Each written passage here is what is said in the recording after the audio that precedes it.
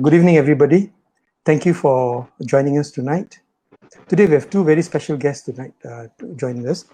I'd just like to say, on the 23rd of May, 1997, at 11:55 a.m., the first Malaysian set foot on the summit of Everest. And 15 minutes later, another Malaysian set foot on Everest, making them the first two Malaysians to ever summit on Everest. And for us to join us on studio, we have Datuk Magendran and Datuk. Hi, Datuk Muru. How are you? Hi, Datuk. Just a minute. Hi, Datuk. Datuk N.Mohanadas joining us. Okay, they are all here now. Thank you for joining us tonight. A lot of your fans, your admirers have been waiting for this. Okay, I'll start straight away. Now, just tell something shortly about your families. So, Datuk Magen first. Okay, I was born in Kuala Lumpur, grew up in Klang. I still live in Klang with my wife and 3 children. So that's about it. That's short, Datuk. Okay. Yeah, that's Datuk right. N.Mohanadas. Okay, me too. I'm from Kuala Lumpur, married with 3 sons plus 2 daughters-in-law. Currently freelance, doing my own hiking and climbing trips. Hobby is my work, and owner of MN Outdoor Travels Sdn Bhd. I enjoy outdoor activities. Yes. Okay, Datuk. I remember, I think in 1996, I think the Malaysian government, I think Mahathir Mohamad then, Datuk Sri Mahathir Mohamad then, as a Prime Minister, I think he wanted to do something very memorable for our 40th Merdeka celebration.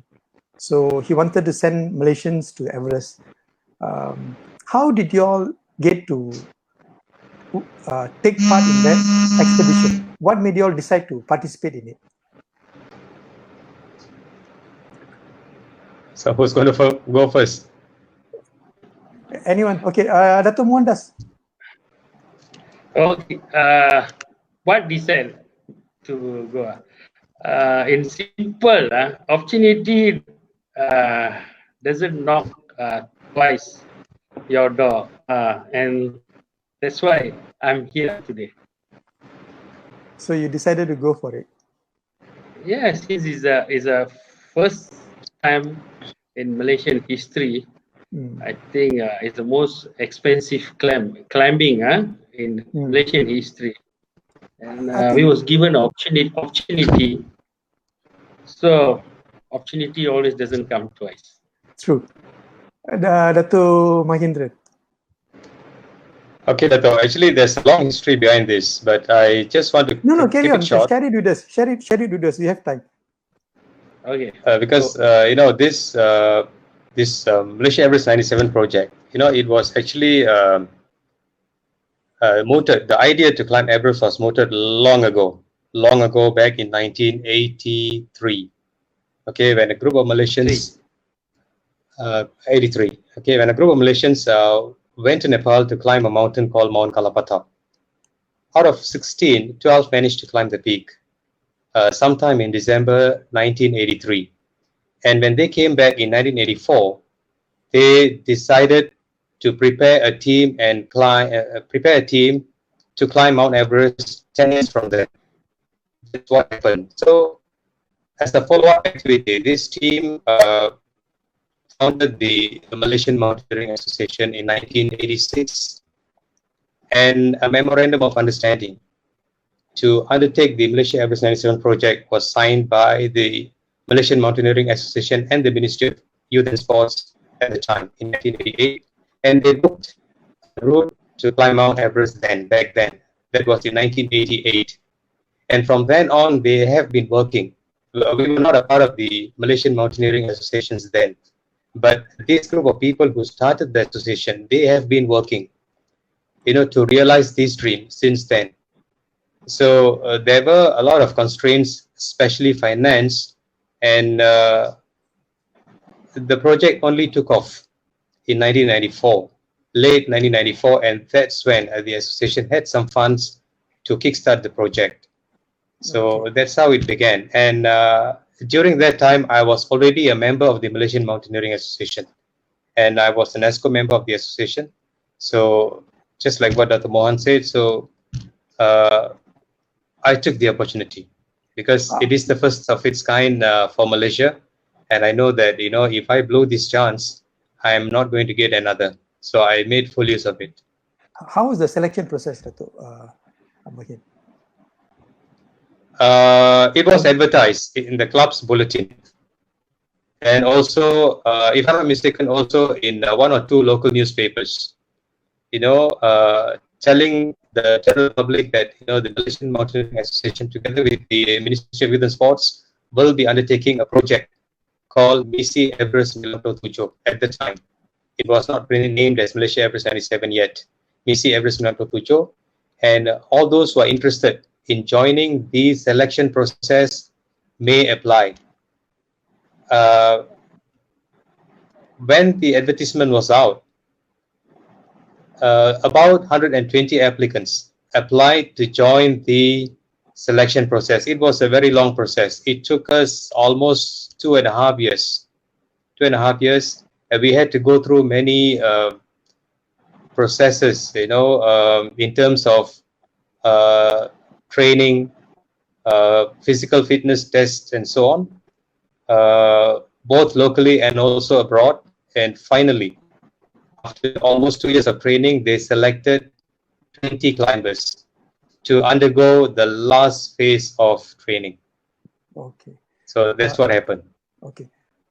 Datuk N.Mohanadas, what was the preparation that you did to prepare yourself for the expedition? You know, because like climbing Everest is not a simple thing. The body have to be prepared. So what did you do to prepare yourself? like what Datuk Meg said earlier, it's about 2.5 year training and selection. 2.5 year, there's a selection process by PMM and supported by Kementerian Belia dan Sukan. Then we have to undergo some training local and overseas. Then went to, like myself, Pumori, Chokambatu, went to New Zealand, to India. So earlier we have 100 over climbers. Then finally 10 climbers was announced in 1996. So the training preparation we were having in New Zealand, something like you know, go for alpine, safety, rope management, equipment, familiarization. Then we also have pre-Everest, alpine in Nepal, India. Then they also include like leadership. You know, you must be a team player, team building. You must have perseverance. A lot of things. Then you know, there's a lot of sacrifice also.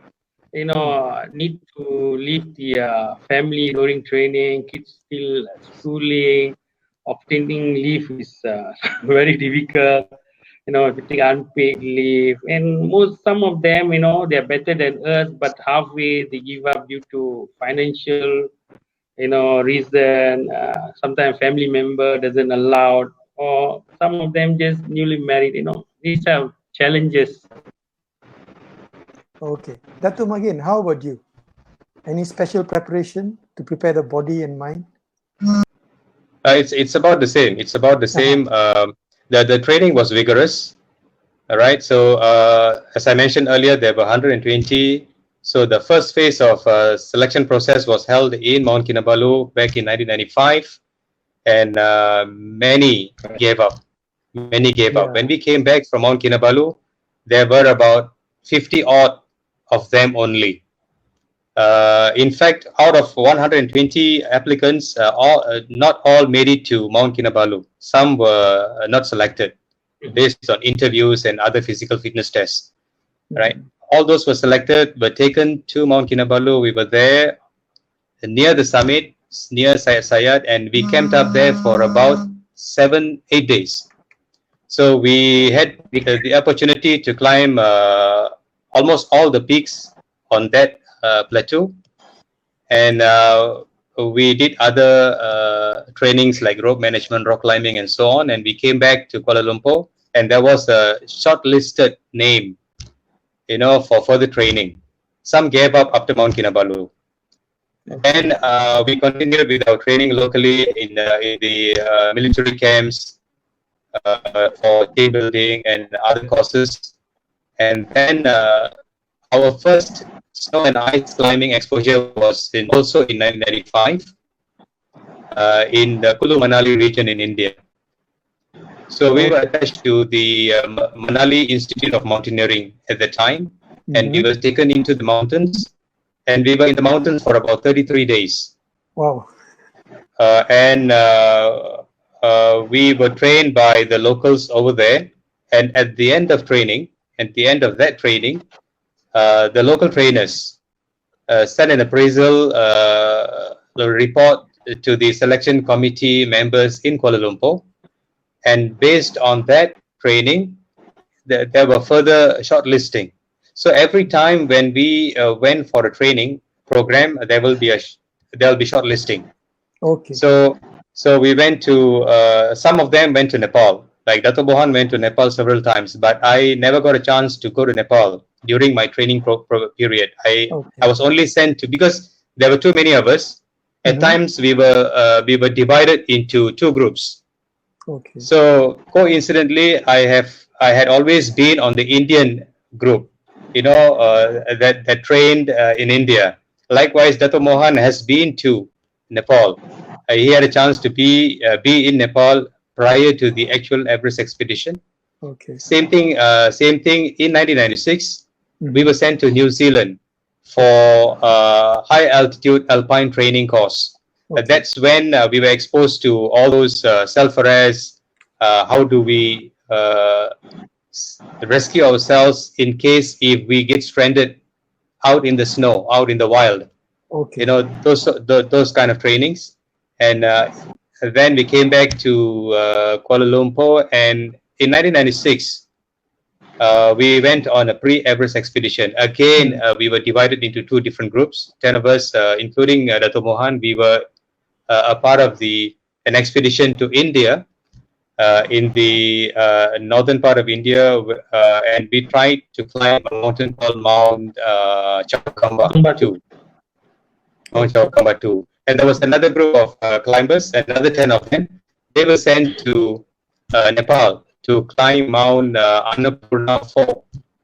Okay, that team that went to Nepal successfully put one man on the summit. Whereas the Indian team did not make it because it was snowing. It was it was the bad weather condition. The weather was extremely bad. It was we experienced avalanches, snowstorms. So we had to turn back. So we had to abandon the climb. That was in 1996. But Datuk Mohan had the opportunity to have one extra expedition to Nepal just before the actual Everest expedition. So when all this was over, at the end of 1996, it was December 1996, the sports minister then, Tan Sri Muhyiddin Yassin, announced the final 10 finalists. That's when we knew that we are actually on board for the Everest Challenge. On the 28th of December 1996, Tan Sri Muhyiddin Yassin announced the 10 finalists, and both of us were a part of that team. That's what happened. Yeah. At that time, the Prime Minister was Datuk Sri Mahathir, and the Youth and Sports Minister is Tan Sri Muhyiddin Yassin. Yeah, okay. That's right. Okay. Before you summit to Everest, you camp out at base camp. That's Everest base camp. I think the height is 5,300 meters, and from there you make the attempt. Isn't that so? That's right. Yeah. But yeah. Okay. I just like to share my personal view on this. You see, there was an advertisement taken, a full-page advertisement, saying these are the team members of the expedition Everest, and I saw right at the bottom, I saw both your faces. And I was thinking it will be quite ironic if only these two guys end up going up Everest, you know. And sure enough, both of you made it up to Everest. So congratulations. And okay, Thank you. so out of the, I think, 10 climbers who are set off to summit, only both of you made it. What was the toughest part in that climb? And did you all feel at any time that you want to give up? And what kept you all going? I think maybe we start with Datuk N.Mohanadas first. Datuk? Okay. Like you said, we got 10 climbers. 10 climbers, all of them will given an equal chance. It's like going for a marathon. Everyone start from the same starting line, but end result will be different. That means at the point of the health, when you're climbing at the moment, determine the movement or result. So from the end summit bit, we have 4 persons for the summit bit. Okay, the challenges, of course, when you go to the mountain first, it's wind, storm, you are at the high altitude, snow, you are at the Kumbu Iron Fall, unfit humidity, then you have to cross several snow bridge, cold, danger, avalanche, the deep, uncertain, then you'll get tired, hungry, dehydration, snow blind, and even some homesick, lost weight, and a lot of things to actually we want to describe, and 2 months that we only have 10 facilities we stay in the tent. Datuk Magendran, what about you? What was the toughest part in the challenge and what made you keep going? Right, I would say that everything was a challenge to me. Right from the base camp all the way to the top. Every single thing that we did in that part of the world has been a challenge, from the simplest to the hardest. Right, being at the base camp, it's much higher than Mount Kinabalu. Mount Kinabalu is about 4,100 meters. The base camp of Mount Everest is already 5,003. So it's beyond our usual training ground. So just by being there, it's already a challenge. Yeah. So when we reached the base camp, we had to be there. We had to pitch our tents. We got to level the ground, pitch our tents, get all the equipment organized. Start tasting the base camp cooked food was a challenge. Yeah, right. Yeah, so we have to eat, even though we cannot eat that kind of food because we were not used to that kind of food. Eventually, we had to ask the cook at the base camp to cook some Malaysian flavored dishes, okay, just to get it right. So that was a challenge. Eating was a challenge, sleeping was a challenge, getting up very early in the morning and getting ready to just step out of the tent was a challenge. And from the tent, we will be walking towards the Kumbu Icefall, and moving beyond into the Kumbu Icefall, one of the most dangerous sections while climbing Everest. We had a few close calls during our many climbs through the Kumbu Icefall. That was a challenge. Moving on from Camp 1 to Camp 2, so many hidden crevasses, ice cracks, like what Datuk Mohan mentioned, the snow bridges. There was once, the snow bridge just collapsed and I fell into the crevasse. Luckily, I was roped in. I was anchored to the safety line, so I did not go all the way down. So these were the challenges, at the initial stage. Of course, the Mother Nature, the weather, the snowstorm, blizzard, avalanche. These were some of the challenges that delayed the climbing process. In fact, throughout our expedition, and of course, while we were acclimatizing to climb, to set up Camp 1, Camp 2, Camp 3, and beyond, we had also experienced deaths. The first one was the British expedition leader, Malcolm Duff, a very popular, acclaimed mountaineer. He died at the base camp. He just died in the sleep. The day before, he walked into our tent and he was talking to us, joyfully, and then the next day he was dead.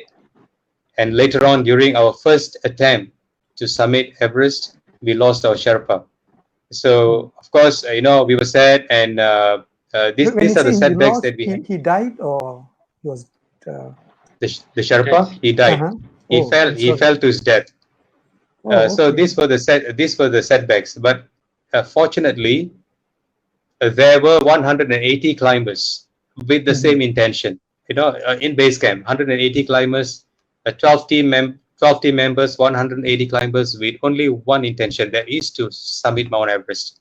So we stayed positive. Even when someone is down, the positive aura that was lingering at the base camp kept everybody positive, and we kept on moving. Every time when there is a shortcoming, we will always sit around, discuss, and make sure that we move ahead.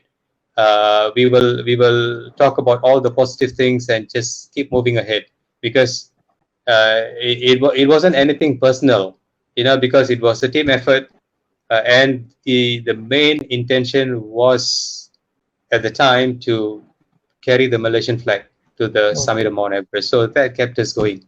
Okay. From what I read, you see, Mount Kinabalu is 4,000 plus meters. Base camp is 5,000 plus. Everest summit is 8,800, 8,600. 8,848. Okay, it's there. Okay, from what I read, from 8,000 meters onwards, it is the death zone. That means the cells in your brains and your body die faster than your body can replenish. That means the whole idea is for you to climb up and come down before your body dies. That means actually your body is virtually dying. You are climbing when the body is dying. How was that experience when you're at that level? And I have to say another thing. I've done, when I did Stock Hungry, it was only 6,200 meters.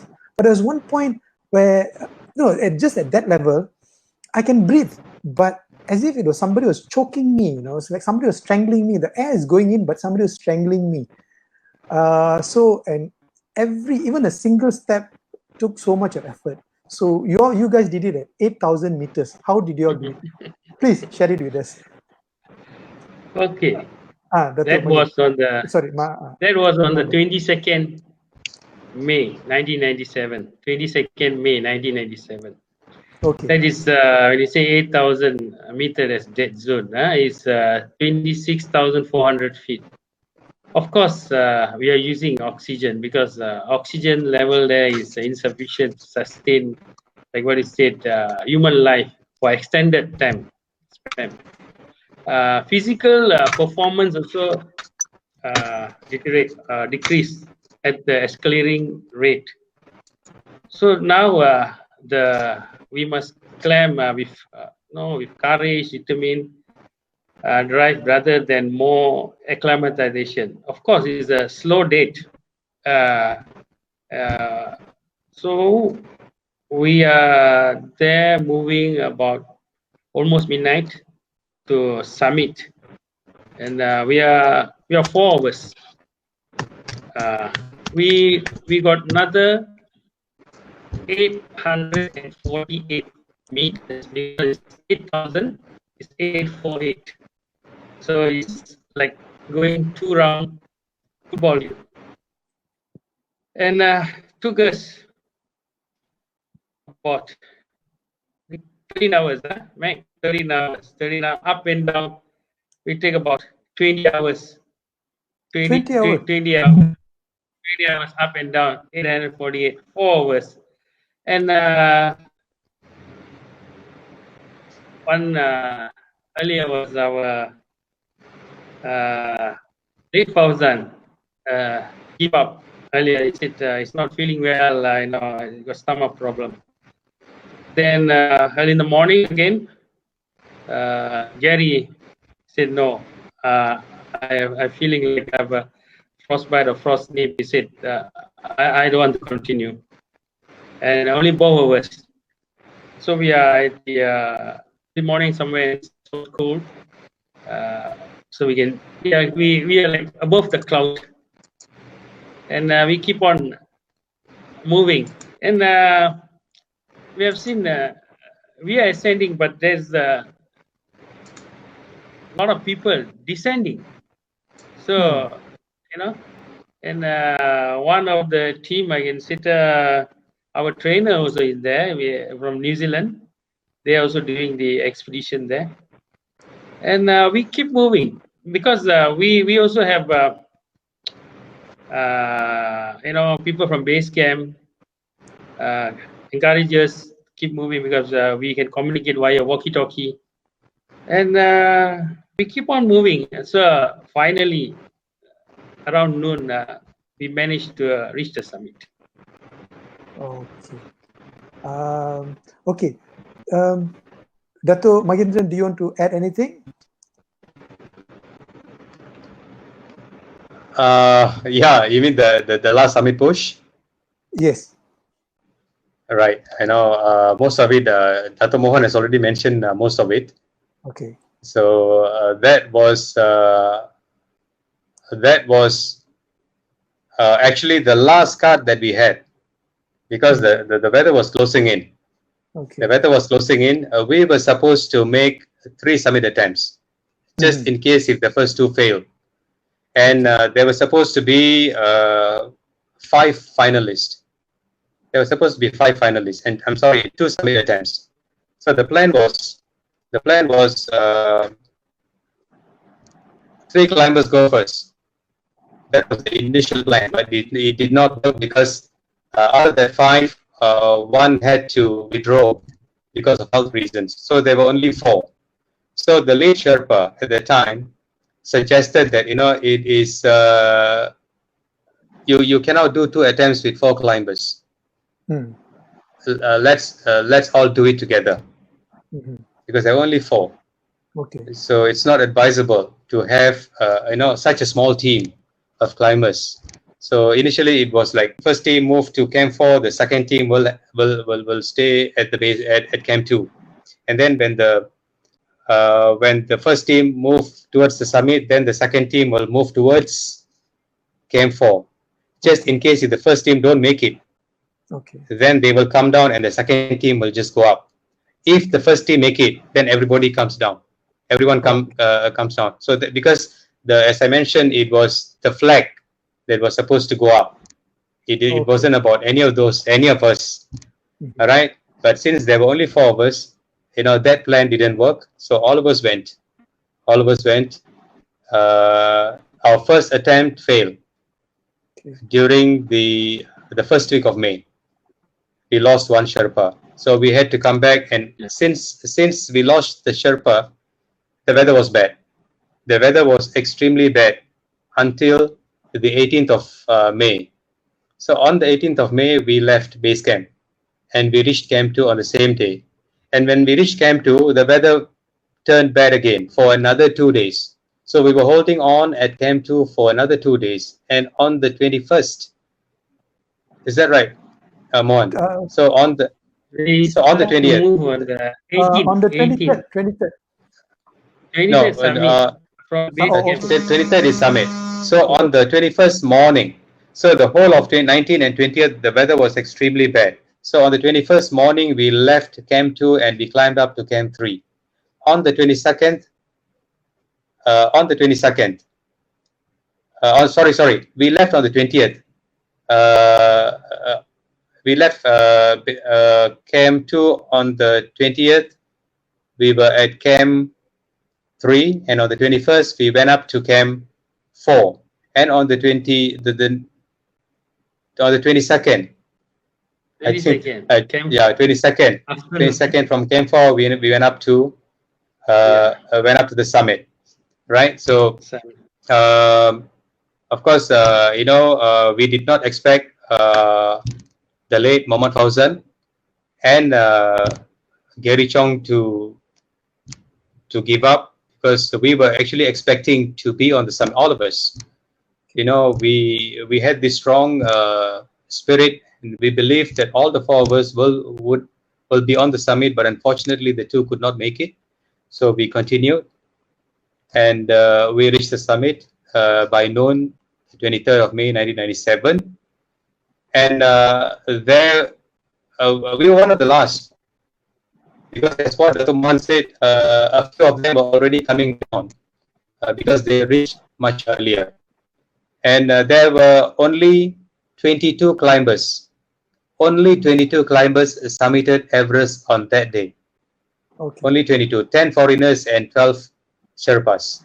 So that was the number. I just wanted to give you a comparison of the numbers that the numbers that are summiting Everest these days. It goes into hundreds. So when we were on the summit, we had the opportunity, we had the liberty to be on the summit. We had the summit for ourselves for 1 solid hour. It's a long time. So we were there on the summit for an hour, and and just us, Mohanadas and I, together with our 5 Sherpas. Okay. And we just it was a view of a lifetime. It was a 360-degree view of a lifetime. Yeah. How was it at the summit? I mean, what was the feeling? I mean, when you all step foot on it, that's the highest point on earth. What is the feeling? A dream came true, actually. Certainly, the view, the feeling of being on top of the summit was very much, it was more beautiful than the scenery itself. Okay. Yeah. Okay. Datuk N.Mohanadas has to go off, I think, at 9:45, because he has got another interview at. About 10 o'clock. Don't worry. Okay. Thank you so much. Okay. Before. Then you can finish your questions with Datuk Mohan. Okay. So we go up to 10 o'clock. Did you all see some of the questions that have been put up? I've put it on the page on the screen. Is there any question that you'd like to take it up before I? No, I don't have any. The question really, I think you can repeat. I think most of the questions you have, like they have asked, how do you mentally prepare your mental challenge that you overcame? I think Sairam asked that. You already answered that. Kogila Munyandi asked, did you ever feel like giving up halfway? I think you have also answered that. And Dato Sri Ganesh says hi to both of you. The people in your own expedition have died. There are so many people have died, and I've heard stories about bodies of past climbers who have failed or died still there. So it was a real life-threatening expedition. How did you all feel? I mean, was there a fear? How did your family react to all this? It's something like I think 4-1 or 5-1 those days when our time is it. Like what I told you earlier, you see, when it goes to the selection process or whatever, some of them couldn't make it due to many reasons. It can be like leave, family problem, financial reason, all these things. So when I was selected to climb Everest. So if I go, I have a chance to climb Everest. But if I don't go, I'm safe. I can stay with my family. So finally, I have to make decision. So finally, I take a chance to go and achieve the dream or achieve our mission, whatever, and come back safely. So that's you have to decide. That's why when we do the earlier we were saying like this 2.5 years the training whatever selection, many of them drop because we like that means the whole entire team. We even have Captain M.S. Kohli, the Indian team leader, came down here. We have Sir Edmund Hillary also here in Malaysia. So they were showing their those days we used the VHS video, whatever. Their expedition. When you look, of course, when you see that, you feel the fearness is there. You see, but like I said earlier, this is an opportunity. One of the most expensive climbing expedition in Malaysia history. So, like what Dato' Meg said also earlier, if he doesn't take the opportunity, I think today we are not talking with you, Dato'. Okay. I'm so inspired that, both of you are on the same page. You said the most important thing is not the individual, but to hoist the flag up on Everest, Malaysian flag. And actually, I was thinking if at any one point, either one of you or both of you gave up, say, I don't want to risk this, I think then all the money would have been wasted, all the time would have been wasted. Really, I mean, you have done our nation proud and you have gave meaning or purpose for the whole expedition, or else it would have been a very expensive holiday, in fact, if both of you didn't make it. Holiday.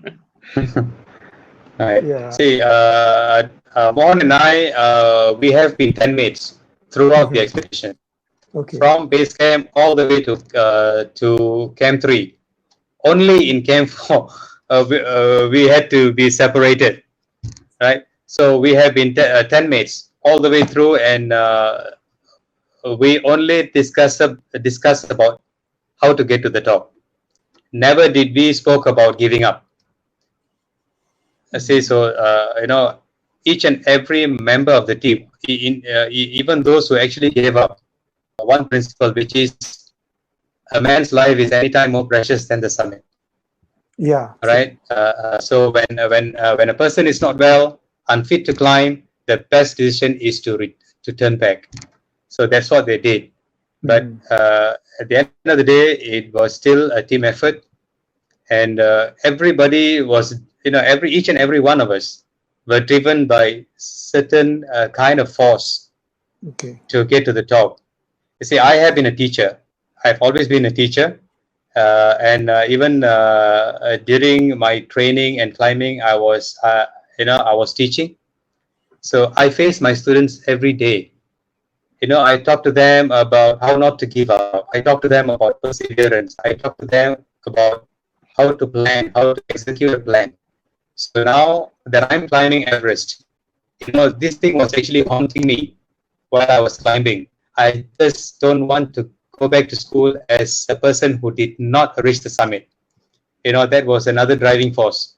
I just want to make sure that, because it is always good, to say something after you have done something successfully, then they will listen to you.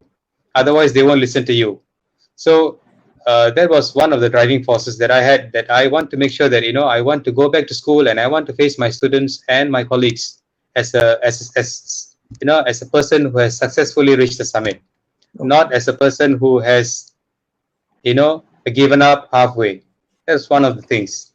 So each and every one of us in the team, we all had our own driving force, within ourselves, to achieve that dream of the nation. Okay. You see, anyone who has done hiking or in any active sports, they will know that physical fitness is one aspect of it. But I think that the final push is always the mental part of it, the mental strength, and it only comes out when you're really challenged. So, Datuk N.Mohanadas, in 1997, summiting Everest, I mean, no Malaysians have done before that. Now, yeah, a few other Malaysians have done it. It was a dream thought of not possible, and yet you guys did it. So it's like dream come true. Like what do you all say? What is your advice for youth nowadays, Datuk Mohanadass? And after that, Okay. Datuk Magen, you after that you okay, carry on. Okay, first thing, like I said, impossible, make it possible. Always never underestimate yourself. If you want to do something, just focus something for your long journey, and apply yourself. That means do it with full determination. Like like for our example, like 2.5 years, we give our full determination, sacrifice ourselves, everything to be part of the team. And of course, I guarantee you will reach your highest peak goals. You can be from any category. You can be from student or whoever. Okay.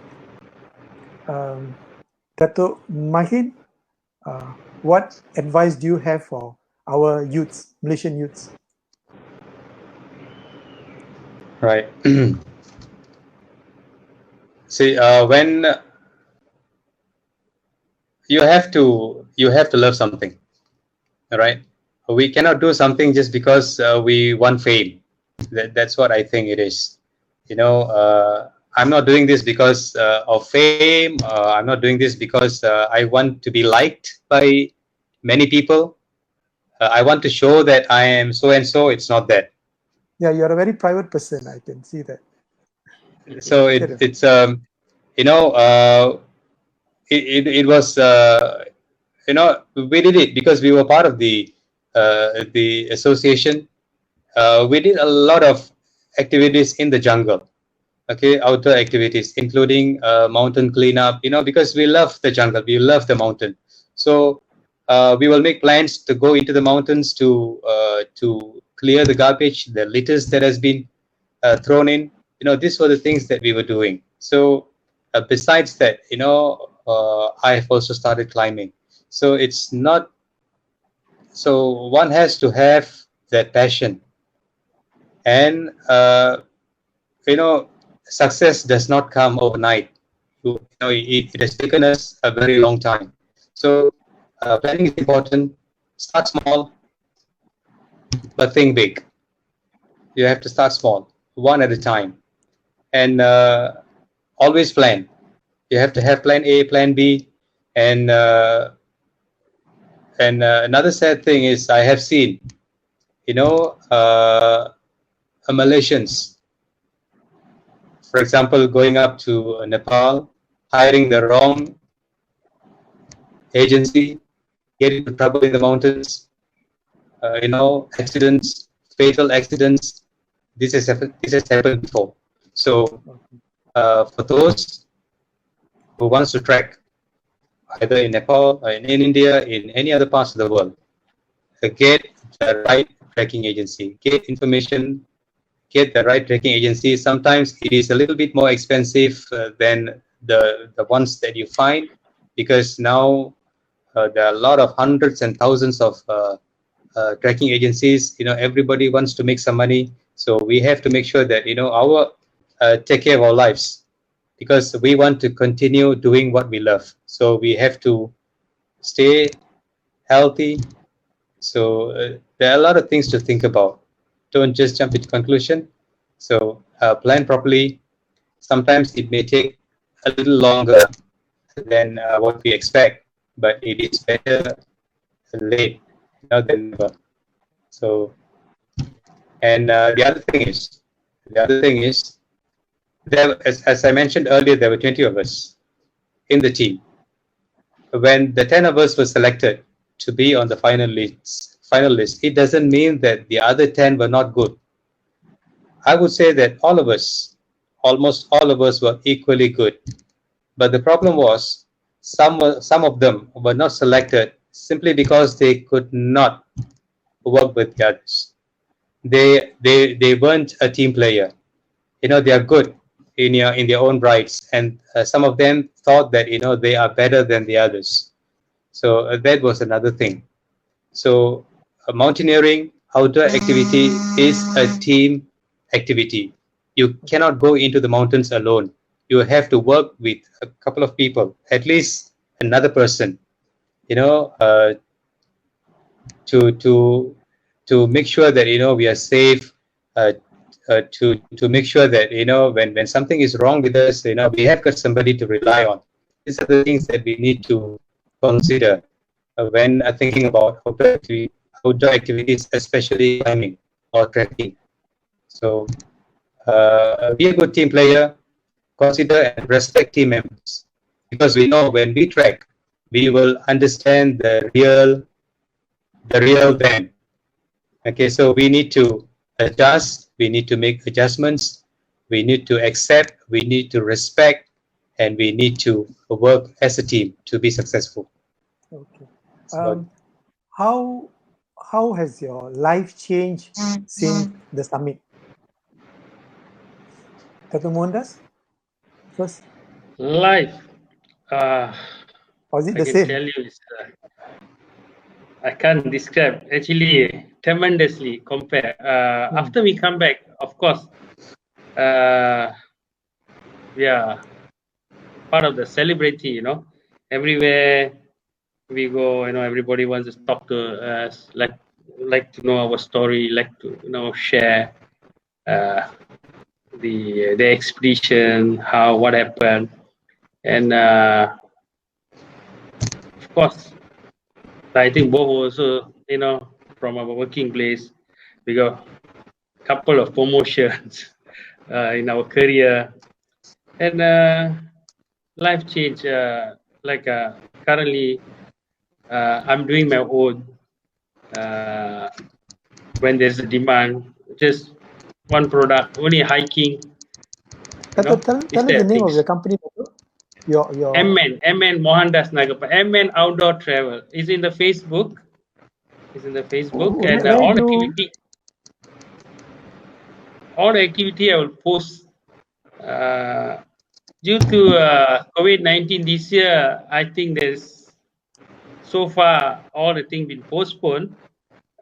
Wait and see. Otherwise, we'll start again next year.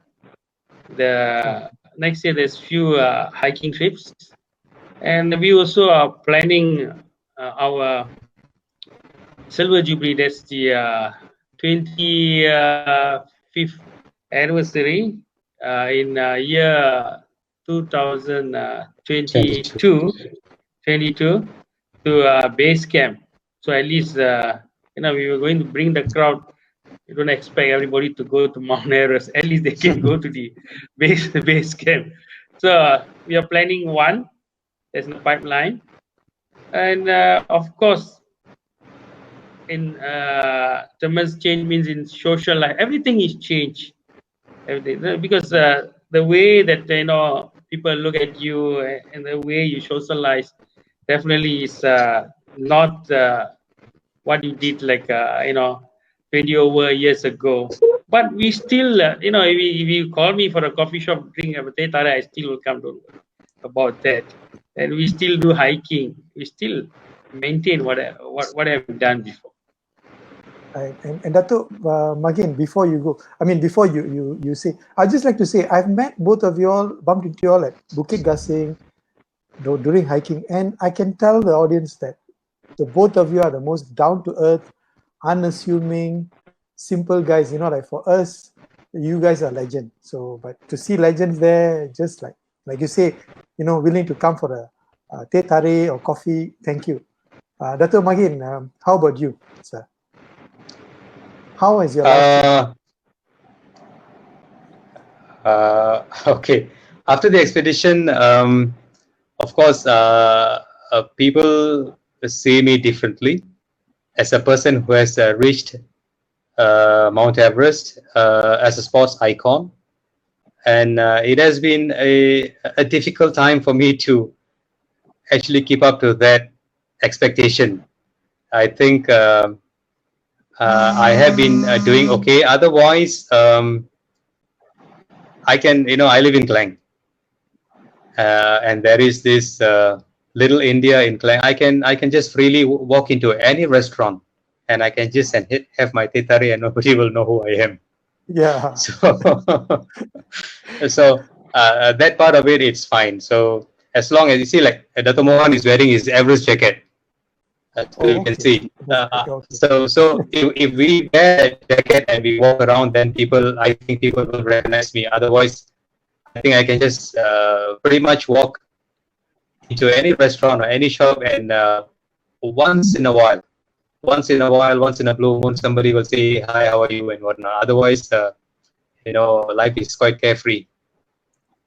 Dato', I think it's because people think because you've submitted Everest, you're supposed to be 9 feet tall or big size or, with bulging muscles and all. But I think your physique is just like a normal teacher, but who is a fit teacher. So I think maybe because of that, I think it's the mental strength, I think, that keeps it apart. I think both of you have to go off by 10 o'clock, I have to release you all by 10 o'clock. So there are so many questions and I'd like to really spend time with you all, but I have to conclude it. So, final question. What is the one philosophy or principle of life that you live by? So, any one of you can go first. Okay. If you look at me also, there is this one normally I say it's our what do you call it's our desire. You must have a desire. You the whole day we are speaking. So it's our desire and not our ability to determine our success. In simple words. Thank you, Dato'. And Dato' Magendran? Okay, you see, when I was little, I had this wording, on my desk. Great dreams make great men. So I always love that line. Great dreams make great men. And when everybody should have a dream, but one has to work towards realizing the dream. Otherwise, the dream will stay a dream, all the time. So have a dream, make plans, work hard, achieve the dream. That's what one has to do. Thank you so much, Dato' Magendran. Thank you so much, Dato' N.Mohanadas. I promise to let you all go before 10. I'd like to say that the both of you are legends and heroes in my eyes and in the eyes of millions of Malaysians. You all have done something to show Malaysians that nothing is impossible. And I think that's the whole reason why the expedition was done back then. And thank you so much. Thank you for taking time to spend time with us and to share your experience. And I wish the both of you all the very best and hope to bump into you all during one of the hiking trips. And hopefully one of these days I can just follow in one of the expeditions or trips. Thank you so much. Right. And thank you, Dato' Muru. Yeah. Thank you. Thank you. There's actually today 3 Dato' M here. Yeah, somebody comment. Yeah, 3 M's. Right. Thank you for roping us in and keep interviewing more people. We would like to watch too. Thank you so much, Dato', and thank you for agreeing. Really. Okay. And, to all the guests, good night. Thank you for watching and sharing. Right. Bye, Mohan. Good night. Take care. Yeah. Take care, Mohan. Stay safe. Thank you, Mike. Good night. Okay, Right. we will go offline now. Thank you and good night. All right. Good night. Okay. Cheers.